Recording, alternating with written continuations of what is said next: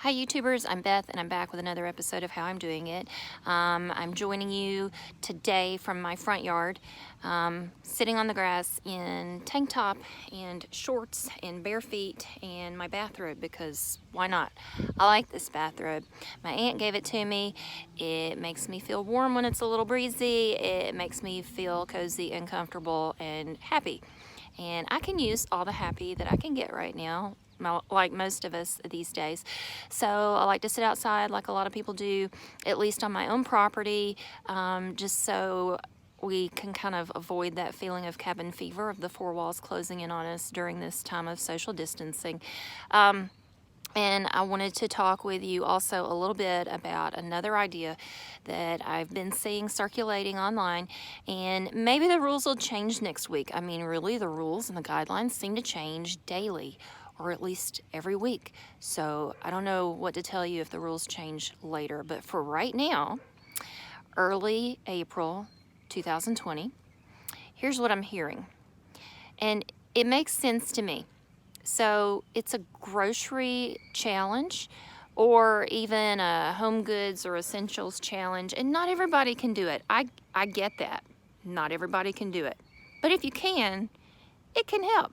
So the idea is that we go shopping once a week, or we minimize our shopping as much as possible. We've got reports we keep seeing in the news of people who go to the store because they're bored and they wander around and they get too close to people and they want to chat with people and just wander and touch things. So like, stop it, knock it off, okay?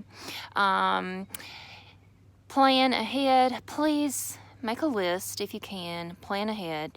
We can't always get what's on our list. We have to be flexible, but like kind of give yourself a little structure when you go out and some planning so you're not just wandering aimlessly. In fact, I've read some stores, like some big box stores, are going to a method of one-way direction throughout the whole store. So like the aisles are roped off so you can only go one direction. So it really would help to have a list so you know what you're looking for, because you're not going to be able to backtrack. I see the value in it. I don't know. It's just a whole new world right now, so we got to learn to do what we can. The idea behind the once a week shopping, or once every 2 weeks shopping, or once a month shopping, or once every 5 days shopping, or whatever you do, once every paycheck shopping. The whole idea is minimize the number of times that you're going out into the community. So for instance, if I want to go out and get this, that, and the other, great. And then I stock up what I have at home. And then after that, if I run out, well, then we eat something else, make a meal with something else that we have. We'll have enough food and things. Hold on just a second. I had to pause the video for a minute because Luke ran off and was getting a little bit too far, and I had to call him back. So say hello, Luke. He likes getting out and about also. So the idea is planning ahead. So if you have a variety of things, like for me, something that keeps happening with the limit of buying 2 gallons of milk per shopping trip. For my family, a household of 5, is that I buy 2 gallons and then we run out. Well, so instead of just buying the milk, I'm also buying cheese, sour cream, cottage cheese, other things that have calcium in them, because my kids have growing bones and I want to make sure to continue to nurture that. Also, we are doing the school pickups. They're all across the country right now. The schools are continuing to hand out free meals to the kids. It's good on a variety of counts. The kids need it.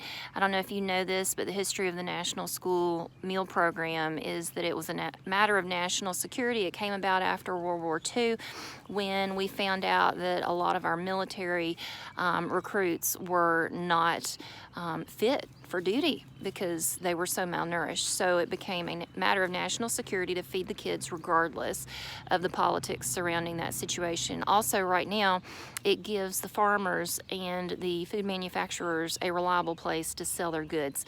With so many people being out of work right now, It is good for the stability of the economy for those producers to have the school outlet to send their foods to.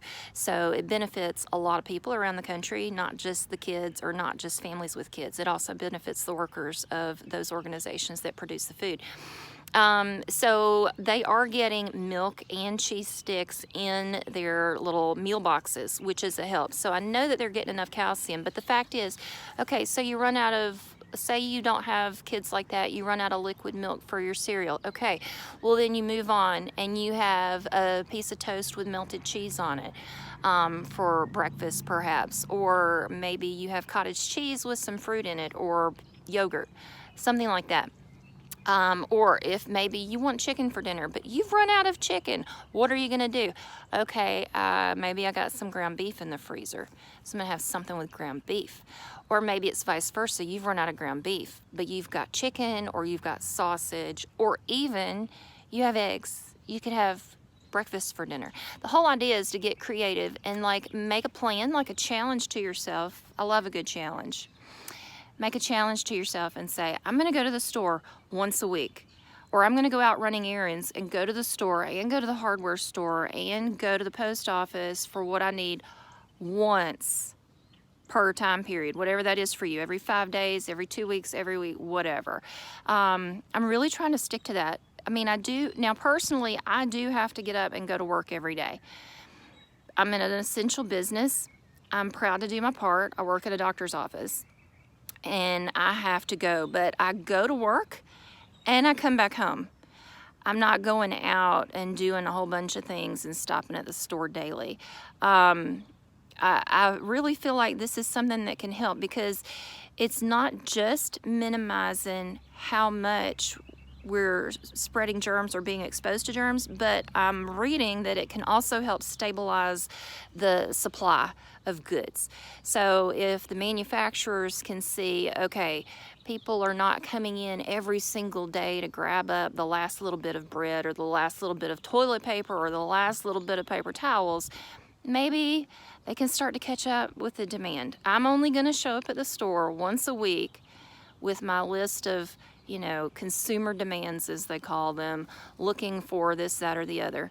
And when I don't find them all, I'll make some other choices, but I'm only going to show up once a week.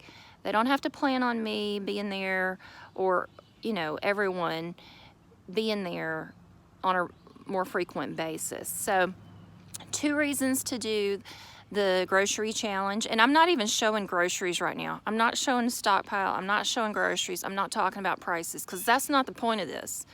Right now, the point of it is go out once per long time period, and you decide what your long time period is. And if you have disabled kids and need medicine and you can't do this and you get sick and you need to go out to the pharmacy, whatever, more power to you. I understand. Those are needs. But for the rest of us who are healthy enough and have the resources to be able to plan like that, try to minimize your trips to the store, please. Together we can make a difference. Try to stabilize the supply of goods in the store and minimize the amount of germs that we're spreading. Not just germs we're bringing back to the house for our own families, but minimizing the risk of the germs that these store retail workers are facing. I really feel a lot of respect right now for the people on the front line of these stores who have to face the public every single day. So let's do our part together. Just make it a challenge. You'll be like, oh, okay, well, I've run out of pasta, but I have rice. Let's do something else with the rice as our grain, you know, or I've run out of pasta sauce. Maybe I can make a white cream sauce instead with vegetables for whatever I have. Any of this. So I hope that's been inspirational to you, giving you some ideas. Just trying to come up with some new ideas to help in whatever way we can in this really strange season of life right now. All right, I hope you're all doing good. I love you all my viewers. And let's just see where this unfolds, I suppose. That's how I'm doing it.